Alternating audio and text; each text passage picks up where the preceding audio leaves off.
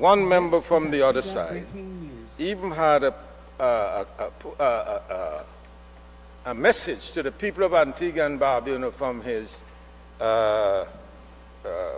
his page. And he basically said to the people of Antigua and Barbuda that he has two friends with cancer. One in particular has breast cancer. She was a patient at the cancer center and apparently had 6 treatments, and said that the lady does not know what to do now. In other words, she has no alternative for care. And this is one of the main reasons why I am making this statement, because there has been some unnecessary alarm injected in the community, as if to say that the government has abandoned the patients. I want to make it clear, Mr. Speaker, that is false, and it is malicious, because there's no evidence that the government has not continued to find the financial resources to send these patients who are already having therapy anywhere in the world to get additional treatment. And for a member on the other side to speculate that that is happening, and I would not go through the entire thing at this time, Mr. Speaker, but let me say this. Antigua and Barbuda has already expended $9 million to that cancer center in paying for every Antiguan who needed treatment. And in that statement the member made, he said that the lady was complaining. But the danger is this, Mr. Speaker. When you begin to give people the impression that they do not have an alternative for care, and they do not try to access care from the government, you have jeopardized their lives. They need to have confidence, which is on the basis of facts, that their service will continue. And I called the cancer center this morning because I was concerned.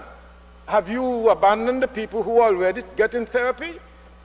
And this is what I got, Mr. Speaker, from the cancer center this morning. A message sent to Ms. Tanis of MBS to inform her of the people that we continue to provide service to, and will do so even after the cancer center is closed. And it says, "Dear Ms. Tanis, please see the list of patients that have been approved to get additional treatment, even if the treatment has to be done abroad," which in this case it will have to be when the cancer center closes at the end of the month. And there were 6 patients, Mr. Speaker, who are already directed to go to the Bahamas for treatment. And it's probably going to the same owner, Mr. Brown, who owns a cancer center in the Bahamas. There is one, and I won't call the names. There is another patient who is awaiting a passport in order to go overseas for treatment. There is another patient, Mr. Speaker, who will be traveling to Suriname for cancer treatment. And here we are with the impression in this country that this government is doing nothing about responding to the circumstances of the closure of the cancer center. And I would say, give you one example. This is not unusual. There was a gentleman, Mr. Speaker, who did a surgery for prostate. And he had a bag, as you know, that he has to use. And he had a catheter, Mr. Speaker. And he was told that the government would not assist him because he went to a private doctor. And he'd been walking around St. John's until the catheter got infected. He came to my office, Mr. Speaker, when somebody persuaded him that he needed to go and access care. And Mr. Speaker, the man admitted to me that he was told by an opposition that the government is so wicked they're not going to help him. I don't make up these stories. I called Dr. Duncan, I said, I'm sending your patient. and you take care of that patient. He was being charged $5,000 to change a catheter. $5,000 to change a catheter. And now my message today, Mr. Speaker, as the Minister of Health, enough is enough. We must not allow politics to get in the issue of health for the citizens of this country. We must stop it. There's so much we can do in politics. We can have a back and forth.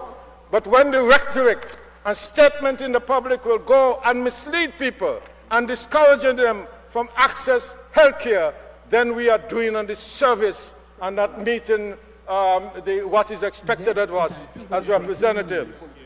And let's say, Mr. Speaker, this must discontinue. And finally, I say, Mr. Speaker, that long ago, we have already designed the response to the closure of the cancer center. The plan is in place. And when that cancer center, I can't tell you what it is. It's a strategic move the government has to contemplate.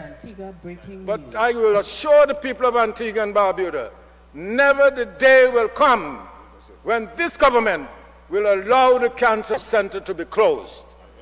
If we can spend $30 million so far since we've been in office, $30 million in sending people all over the world to get treatment, when in 2004, the UPP closed down that service to the people of Antigua and Barbuda. In 2004, treatment abroad was stopped in the UPP. And we started it, and since then, we have spent over $30 million to send people all over the world for treatment. It's time this thing stops. And I'm passionate about it because too many Antiguans have suffered because they're influenced for political reasons not to access service for health in this country. We are not about interfering with people's politics. If you're sick, you come to the hospital, and this government will finance. This is health for all. And politics should not be the basis on which people do not access health. Thank you. Thank you.